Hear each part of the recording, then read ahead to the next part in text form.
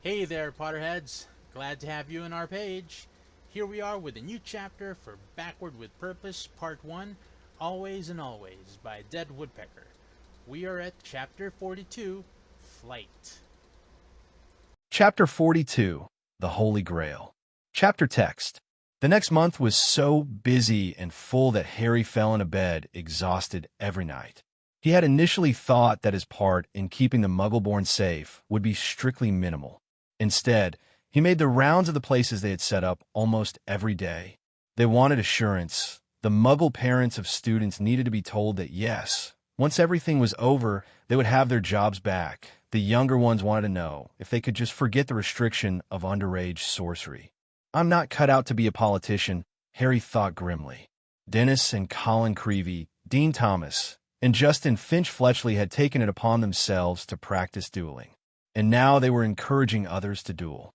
And since somehow the majority of the healers had ended up bunking at Neville's place, and they needed to be spread around more. One particularly fierce 12-year-old girl had broken her arm, and her parents had demanded a healer handy in case of other such accidents. You'd think that they'd be happier to be safe, Ginny said. Buggers. Ron threw himself down in a chair. His face was wan and tired. You'd think they'd be a bit more grateful that we've gotten them to safety. Did you hear that one which actually cursed another over a frying pan? Was that about a frying pan? Harry said wearily. I thought it was about a shoe. No, there was an argument about a shoe, Ginny said. I remember because Mum threatened to hex the witch who stole it, and then to hex the witch who raised a huge stink about it in the first place. Something struck Harry as slightly odd. They had operated in a Godric's Hollow only moments before. Usually their arrival was met with thundering feet, loud greetings, and everything else that involved living with loads of people and having visitors at all hours. But there was only silence. The entire house was empty. Where is everyone? Ron asked. By everyone, he meant Hermione. She's probably over at Grimmauld Place, Harry said. He was already striding over to the fireplace. Grimmauld Place, he shouted. Oh, thank goodness. Hermione said loudly. She looked quite nervous. I thought you'd come here first, but I suppose you didn't, did you? They've all gone. Some Dementors and Death Eaters attacked Hogsmeade, and they should be back. When we got the word, it didn't seem like there were that many. Ron, who had arrived during her diatribe, took her by the shoulders and gave her a gentle shake. Breathe, Hermione ordered. What's going on? Well, two bright spots of red appeared in her cheeks. We got the word. It must have been 2 hours ago. Death Eaters and Dementors attacked Hogsmeade. But why? Harry asked, puzzled. I don't know, Hermione shrugged. Boredom? Attempting to draw us out? Who went? Ginny asked. Moody did, Hermione said. Ron's presence had her much calmer, ironic, as he usually had the opposite effect on her. And Percy and George. Yes, Harry, they're using Polyjuice. Everyone else is sort of scattered. I'm just getting a little worried, though, because they aren't back yet. Let's go, Harry said grimly. Suddenly, it did not matter that he ached from exhaustion. He strode over to the ever-present cauldron of Polyjuice potion and crack, crack. Percy and George, who were already starting to turn back into themselves, appeared in the kitchen. Harry eyed them critically. Neither appeared to be hurt. Neither was sporting the grim, deadened look that would tell Harry that someone had died. What happened? Harry, Ginny, Ron, and Hermione chorused. George winced and indicated his ears. He got hit with a deafening hex. Percy said in a voice so low that Harry had to lean forward to hear him. It's made his ears very sensitive. Go sit in a quiet room, George. I'll let everyone know what happened. George nodded and made a beeline for the door. There were a bit more than 20 Death Eaters, Percy said immediately, once his impaired brother had left the room. And loads of Dementors. The real problem, though, was that some of the giants showed up. But that doesn't make any sense, Ginny said. From what I could hear, Percy said, there was a rumor that you were in Hogsmeade, Harry. Harry sighed heavily. This was not a new circumstance. Arthur said that several owls came in a day that Harry had been seen by this witch or that wizard, in Surrey or Devonshire, or shopping in Diagon Alley. This was the first time, however, that Voldemort had retaliated so strongly. Was brilliant, though, Percy said. He actually climbed up the giant and made it explode. A Death Eater hit him with a hex right as he came down. You and George took down that many Death Eaters, giants, and Dementors? Ron said, odd. Percy turned bright red. Moody was there, Percy said, and others were fighting too. I actually thought some of them were you guys under Polyjuice, but I suppose not. Must have been shop owners or residents who don't particularly care for the way Voldemort is running things. Moody should be back soon. Last I saw him, he was chasing a pair of Death Eaters. Harry nodded. He wished that he'd been at headquarters when Percy and George had received the message. He would not have minded dueling Death Eaters. He would rather be placed in a life or death situation than listen to people who had probably been perfectly reasonable just a month ago, bitch and moan about stupid little things. You're lucky, said Ron, who appeared to be thinking along the same lines as Harry. We spent the day with people who don't know how effing lucky they are that Mum thought up a way to keep them from the Muggleborn Registration Commission. Crack! Luna operated into the room, and her appearance made icy fear flood Harry's belly. Her robes were torn and spattered with dirt and grime. Her blue eyes were huge in her face, and her mouth was contorted into a horrible grimace. Harry, she gasped out. All airiness, all frivolity was gone, and Harry was forcibly reminded of when she turned Umbridge to stone and cast the curse that killed her. You can't go to St. Mungo's, Luna said. There's a trap. The Death Eaters. What? Harry said blankly. What trap, Luna? Why would I need to go to St. Mungo's? She swayed a little on her feet. Harry, they hurt Moody. And they set a trap. What do you mean they hurt Moody? Ginny asked sharply. And what were you doing there in the first place? Luna's lips trembled. They used the Cruciatus curse on him. He wasn't responsive. He didn't move. He was just staring. Hermione made a small sound, like a wounded animal. Harry found that he couldn't quite breathe. Cruciatus curse? Unresponsive. There was no need for anyone to spell it out to realize what that meant. And they took him to St. Mungo's, Harry said in a flat voice. Luna nodded, and Ron let out a string of foul curse words. Harry felt like joining him. He looked down at his hands, and they shook. That was an hour ago, she said. Tears were now streaming down her face. Only just heard, I swear.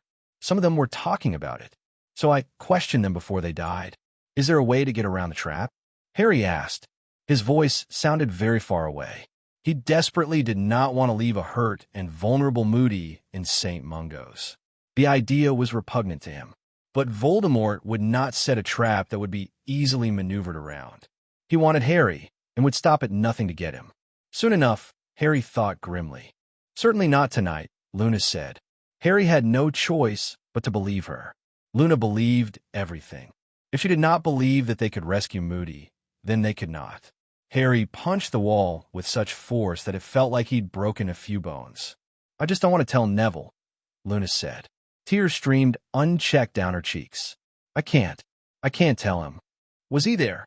Ron asked after a long pause. Harry got the feeling that he only spoke because the silence made him uncomfortable. Luna nodded. We heard about Hogsmeade from Sirius, so we both swallowed some polyjuice and went to help. It's lucky, Percy began, but he was cut off by the appearance of Neville's Patronus. It formed in midair, right in front of Harry.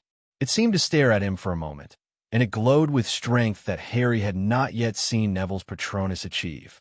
Then it spoke with Neville's voice, and the bottom of Harry's stomach fell away. Trap at St. Mungo's. Don't come, we're already gone. Don't blame yourself. I have no regrets. Tell Ron, Ginny, Hermione, and Luna, if they aren't there, that you've been the best friends I could ever have. I have no regrets. No, Harry breathed. His chest hurt. Neville thinks he's about to die, he thought, shocked. He thinks he can't be saved. Harry felt very slow and stupid. Luna crumpled to the floor, and it took a moment for it to register that she had started to scream. It was a horrible sound that twisted Harry's insides. Ginny knelt beside her. Harry stared, almost uncomprehending, at Ron. Neville's at St. Mungo's. He thinks he's about to die. He had his wand out and was about to apparate away to try to save Neville when Luna shouted. Harry, no. The trap. But Harry did not care about the trap. He could circumvent it. Neville needn't die. Not again. Someone shouted something, and Harry's world went dark. Didn't know he'd be out of this long. Luna's voice. Neville. Harry wanted to sink back into the oblivion. He did not want to have to remember just yet that Neville was gone. Again, he was dead. Again, Harry had not been able to save him. Again, Harry did not know when he had made the decision that enough was enough, only that sometime in between the arrival of Neville's Patronus and Harry's awakening, he had decided not to procrastinate. It was time to take Voldemort out of the world. No more, Harry said. His voice was raspy. I've got to end this. I knew he was going to say that, Hermione said sadly. She sounded as though she had been crying for hours. Harry blinked his eyes open. Judging by the quality of the night, she probably had. I'm serious, Harry said. We'll get Rodolphus tomorrow, and dash. Rodolphus disappeared today, Ron said quietly. He had his head in his hands. It appeared as though Harry, Ginny, Ron, Hermione, and Luna were alone. No other Weasleys were in the room. We're hoping he wasn't killed at Hogsmeade. Everyone in the Order knew that he wasn't to be touched, but there were shop owners and residents fighting today. Fuck that, Harry said viciously. I'll fucking tear Gringotts apart if I have to. But I'm not letting another week go by. Harry dash, Hermione began, but stopped once Harry shook his head violently. I think, Luna said faintly. I think you ought to go to the Ministry of Magic. There's a room there, in the Department of Mysteries. Why? Harry said flatly. He suspected that Merlin had told her to tell him this. He knew which room she was talking about. It was where the Unspeakables studied love, and Harry had thought, in the last month, that his path might lead there. But now it seemed like a silly, stupid waste of time. I don't know, Luna said helplessly. Her hands made a fluttering motion. What if the Holy Grail is there? Harry was about to refuse.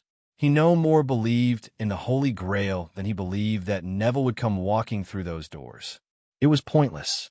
He was surely going to follow Neville, and it would be sooner rather than later. You're going, Ginny said fiercely. Don't you dare forget your promise to me, Harry Potter. We're going. Harry could not bring himself to argue with her. Not now. So instead, he pulled her close. Fine. We'll go tomorrow. But then dash. Then we get Voldemort, Ron said. Harry wondered if any of them believed in the Holy Grail. Harry had paid more unauthorized visits to the Ministry of Magic than he had authorized ones. As he slipped quietly down the corridor toward the Department of Mysteries, Ginny, a silent ghost at his side, he thought about what this meant. For both of his lives, he'd been required to do things such as this. Authority in the form of government had never been there for him. Neville is dead, and because of that, he'd always had to do things like break into the Ministry of Magic, or Gringotts, or Hogwarts. It's like Dumbledore's speech, Harry thought.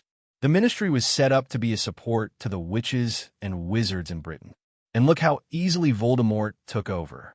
Probably didn't even need much coercion, he thought darkly. Moody is also dead. They both burned. Maybe if Godric Gryffindor was still alive. Maybe if there were more witches and wizards like Dumbledore. Harry clung to thoughts that had nothing to do with Moody and Neville with everything that he had, but kept intruding the knowledge that they were gone. When he closed his eyes, he could see flames. Even though he had not been there, he still saw it. He'd seen Hermione burned alive once upon a separate time. It did not stretch his imagination too much to imagine Neville. Stop, he told himself forcefully. The corridor seemed to stretch out before him. He could see the door, but it seemed to take him a minute to take one step. Ginny squeezed his hand. He looked around at her. There was a fierce look on her face, as though she knew what he was thinking. Well, of course she knew what he was thinking. The only reason why she had not yet repeated that it was not his fault was because they had to be absolutely silent. Neither of them wanted to be caught in the bowels of the Ministry of Magic. But Harry knew, that he was partly to blame for Neville's and Moody's deaths. He could have ended this. It could be over already. They would be picking up the pieces of the world rent apart by Voldemort, but they would be safe. And now Rodolphus Lestrange had disappeared, and how the hell were they going to get into Gringotts without him? That was, however, tomorrow's problem. Tonight was one last desperate attempt to find the magic that would enable Harry's survival.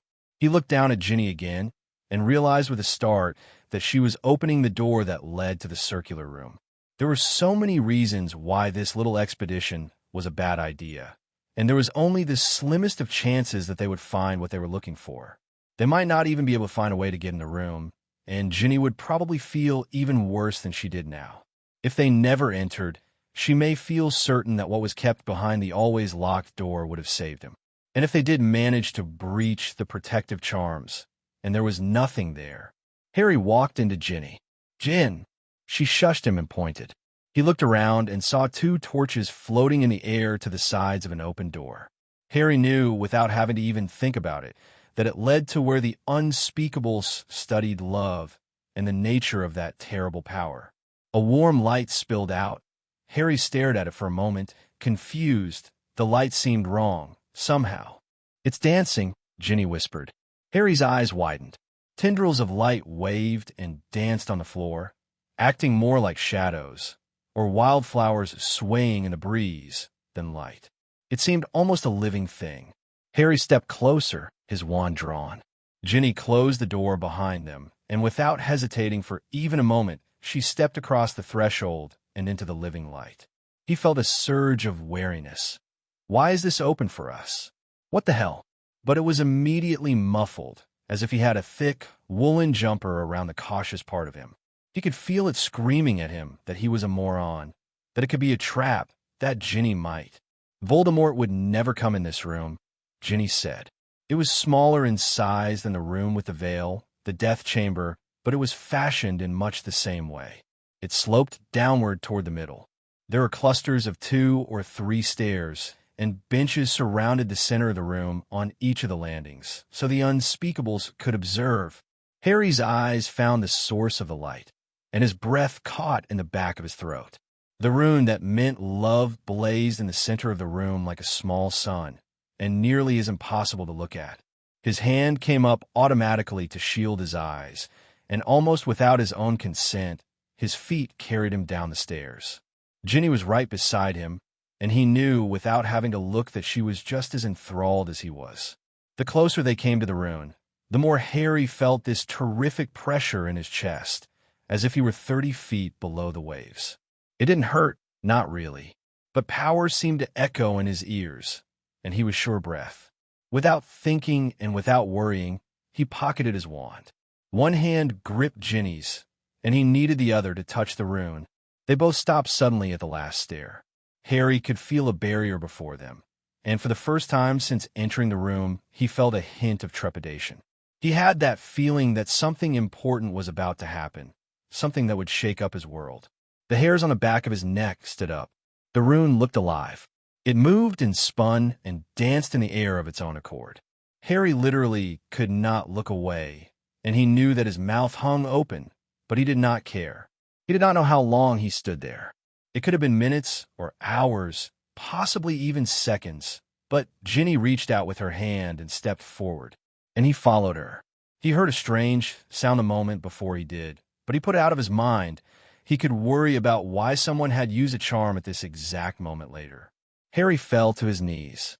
He was swept up in a current of something completely unlike anything he had ever felt before. It was like a river of phoenix song that enfolded him, encompassed him, and took over his every sense. His hand fell limply to his side, and he stared at the rune without blinking. It shifted and changed and whispered to him, and a very, very dim part of him would have thought that he had gone crazy, but the vast majority of him finally understood why Dumbledore had once called love the most terrible and wonderful and powerful force in the universe. He saw his entire life laid bare. The light of the rune coalesced and changed until he saw a red-haired woman sitting propped up in a bed, holding a very small baby in her arms. The father was as close to the two of them as he could get without actually being in the bed with them. Harry was at once watching the scene, and was the baby. He felt warm and small and secure. "We'll have to tell Sirius and the others," James said softly. "You know what Sirius will say once he hears the name?" Lily tried to laugh, but it came out as a watery little chuckle. "I'm your best mate, James. Why do you name Harry? Get it? Harry, after Moony?" James laughed, and both the baby Harry and the Harry that watched felt a warmth in his belly at the sound. "Dad, welcome to the world little one," said Lily. The scene shifted, but Harry never wanted to leave what must have been the event of his birth.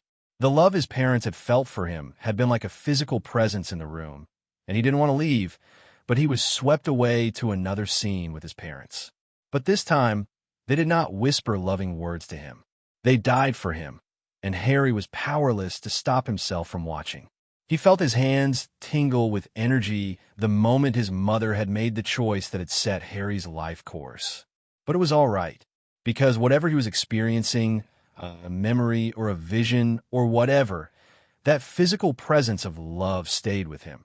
Even as Harry lay alone in the cold night air of the exploded house, he could feel it wrapped around him. Sirius came then, Sirius, who just barely showed the beginnings of being haunted. He held Harry in his arms, and they cried together. Harry was whirled from scene to scene. He both lived them and watched them, and he gradually began to understand that he did not possess the ability to grasp the totality of this force. It was a constant. It was always there with him, growing and changing with every stage of his life.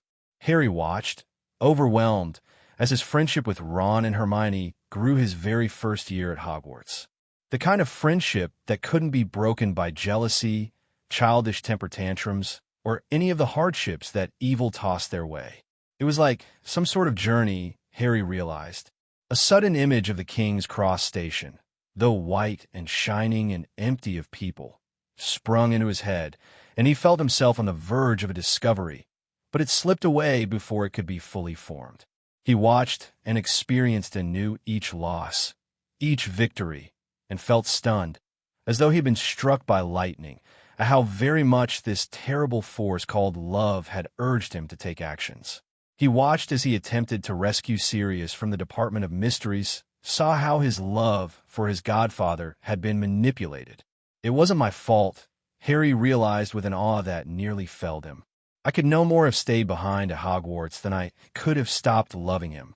Everywhere he turned, Harry was confronted with that implacable force.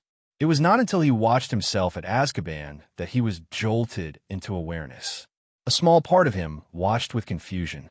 What does this got to do with love? They had been cruel that day, no matter that Harry still believed that those deaths had been necessary. It was the manner that had been done. But love had driven him then, just as much as it had when he had attempted to kill himself, when he had thought that he had lost everyone. It burned in Harry's soul. He wanted to turn his face away, but he did not want to stop this vision. Knowledge was growing inside him, and he was so close to articulating it, to really understanding. It was sealed when he watched his drunken self fling memories into a pensieve. Those memories had been specifically put in there to hurt the family he had adopted into his heart. Harry gaped at what he was seeing. Families don't do that to each other, Harry thought. That internal voice sounded very much like Neville. And for the first time since he had been kicked out of the burrow, since Arthur had rebuffed him in the shed, Harry let go of the hurt that had allowed him to mistake love for pain. He had been arrogant to think that his actions had changed who the Weasleys were at heart. They were his Weasleys. They'd always been his Weasleys. Harry covered his eyes, and the visions faded away. He was surprised to find that his cheeks were wet. He had cried, and had not been aware of it. So much was done in love, the good and the bad. That's why Voldemort is more dangerous than any man alive. He is impervious to that influence that drives the rest of us to the heights and the depths. But Voldemort was a barren, cruel landscape where love withered and died. "Harry," said Ginny. He turned his head and looked at her. That fierce, blazing look on her face, she had never looked more beautiful. He remembered the delight of realizing that he had begun to love her far sooner than he had realized. "Ginny," said Harry, and he reached over and kissed her. He did not bother to cast a disillusionment charm, a silencing charm, or anything of the like.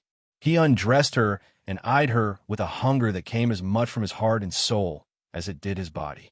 She watched him the same way he watched her. Her eyes were very bright, and she appeared to glow. Rationally, Harry knew that it came from the rune and not from Ginny. But as he slid inside her, she grew even more luminous, and he had to close his eyes when she flew apart. It dazzled him so. As he put his robes back on, Harry could not keep his eyes off of her. Always and always, he said. His voice shook. I had no idea that always and always could mean so much, Ginny said in a thick voice. No idea. Harry just shook his head. The moment they stepped up onto the first stair, reality stepped back in. He'd been dazzled, and now his thoughts were trickling back, and he became aware that they were not alone. It wasn't possible that they were alone. The door had been open. He had heard the charm. Merlin, he said tentatively. Present, said Merlin. There was a long, uncomfortable silence when Harry realized that he and Ginny had just been very intimate. He glanced down at the middle of the room. He had just made love to Ginny in a spotlight. Ginny's face was as red as a sunset, and Harry fervently hoped. Said Merlin. Once the robes. Well, when they started coming off. Thanks, Ginny whispered, mortified. We were a bit caught up in the moment.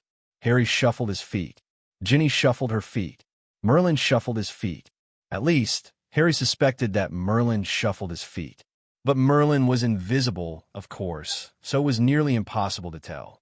I appreciate it, Harry said finally, once the silence had become too awkward. We don't usually. No need for thanks, Merlin said in a strangled voice. Or to tell me anything.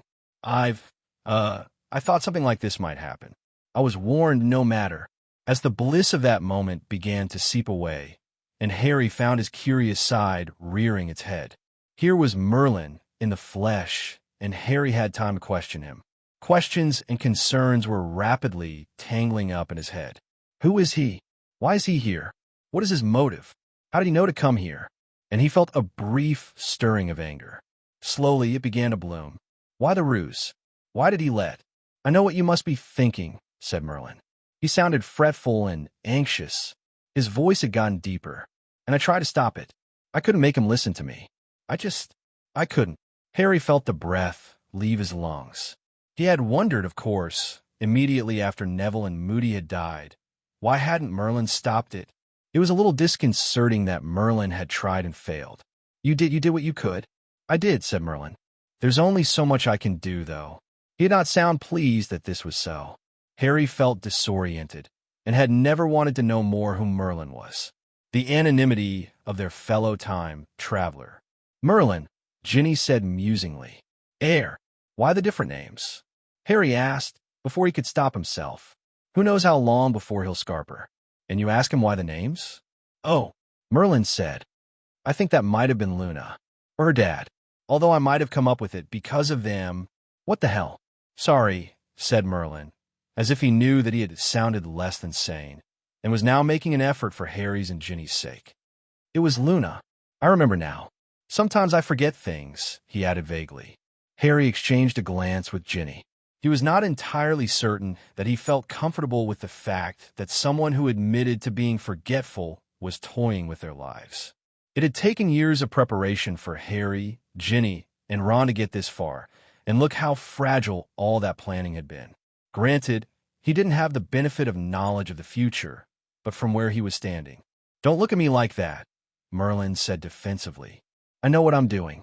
These are our lives. It's my life, too, Merlin interrupted firmly. Harry thought Merlin might be standing with his arms folded across his chest. Harry heard him inhale, and there was the sound of an aborted attempt to speak. Sorry, you can't. Who are you? Ginny asked bluntly. Can't tell you, Merlin replied immediately. Listen, the less you know about me, the better. He paused. I will tell you that I'm not Dobby. Dobby? What the hell? But, no buts, said Merlin. It might seriously screw things up. Well, will they ever know who you are? Harry asked. He had the sudden desire that they were meeting anywhere but here. His curiosity kept slipping out of his fingers. There was so much to ask, but he still felt the pressure of the rune, and it was difficult to concentrate. Merlin was silent for a very long time. Harry waited. Apparently having a larger measure of patience was another result of skimming the surface of the most terrible force in the universe. Ginny was unnaturally still and silent at his side. Her wand was out, but she held it loosely at her side. Harry's was still in his pocket. He almost resented the fact that he couldn't really bring himself to distrust this man. Although he supposed that if Merlin were using the Trojan horse method, he might be a woman in a man's body with a man's voice. "Did you find what you were looking for here tonight?" Merlin asked finally. He had not. There had been no holy grail in this room. No magical way of survival kept hidden by the unspeakables who studied love. But he had discovered that the fact that this was his destiny was as much a gift as it was a curse. Just as vengeance was the darkest facet of love, sacrifice was the brightest. And the fact that Harry knew now beyond a shadow of a doubt that he had the strength to do what must be done, it filled him with pride. "Yeah," he said. "I didn't know I was looking for it, but I found it anyway." "Me too," Merlin murmured. "I did too," Ginny said. Harry could only see her profile. She was gazing in the direction of Merlin's voice, but she appeared resolute. "I was afraid," Harry said in a low voice. "I started to think that maybe I wasn't going to be able to do it. You know about the Horcrux inside me, don't you?" It felt easier mentioning it to Merlin, just as the anonymity of him had made him uncomfortable just a few minutes previously. It made it infinitely easier to discuss this with a faceless man. Merlin paused again. "I do. I didn't know how I'd be able to," Harry said. "I waited and waited for another solution. Hermione looked everywhere for it. But maybe I've been hit with the killing curse twice now. And a chance like the Deathly Hallows, something like that can't happen every day, or twice a lifetime. And now, I wonder whether this was the way it was supposed to happen." The words were spilling out of him. He felt calm and purposeful. "I mean, what if we were always supposed to come back? And the Deathly Hallows was what saved me, so that everyone else, except Neville and Moody, could live here in this timeline." He felt pressure in his chest and wondered if the rune was gripping him again. "And it's worth it. It's so worth it. It's a choice, but it's the easiest choice in the world. I knew that. I've known it all along. I just forgot for a little while." Ginny was gripping his hand so hard that he feared he might hear the bones crunch. He looked into her eyes, and he knew that she understood him perfectly. She would not try to stop him. She knew him as well as he knew himself, and he would not be the man she loved if he refused this task. Merlin drew in a deep, shuddering breath. There was a whisper of movement, and something heavy and made of metal clanged to the floor. Harry's brain, overwhelmed as it was, did not process what he was seeing. "It's a little crispy," said Merlin. "I couldn't resist the urge to destroy it myself. Sorry." Hufflepuff's cup. It was battered and charred and cracked right down the middle, but it was undoubtedly the same cup that he, Ron, and Hermione had liberated from Gringotts so long ago. Harry gaped at it, almost unable to comprehend what he was seeing. A Horcrux destroyed. The same Horcrux that he had dreaded acquiring again, because it had seemed that pulling off a second bank heist would be nigh impossible. And there it was at his feet. He couldn't help it. He started to laugh, and Ginny joined in, and then Merlin, until the room rang with laughter. "Don't," he said, gasping, "apologize for destroying a Horcrux." "All right," Merlin said, "but I forgot if someone called it or not." Harry picked up the Horcrux, placed it in the pocket of his robes, and felt a strange regret that the conversation was drawing to a close. His curious side was still strangely muffled. All the times he had imagined a conversation with Merlin, he had never expected to leave so many questions unanswered. Why did he take the invisibility cloak? Why did Luna know about him? And why were the rest kept in the dark? What were his secrets? But Harry did not ask any of these questions. Instead, he asked, "Will I see you again? Before the end?" "It's a possibility," said Merlin. Harry held out his hand. Merlin ignored it, and Harry felt arms wrap around him in a hug. After a moment's hesitation, Harry returned it, though it looked quite odd to be hugging someone invisible. "Listen," Merlin said. "Give me 5 minutes to get out of here before you leave this room. I need a head start."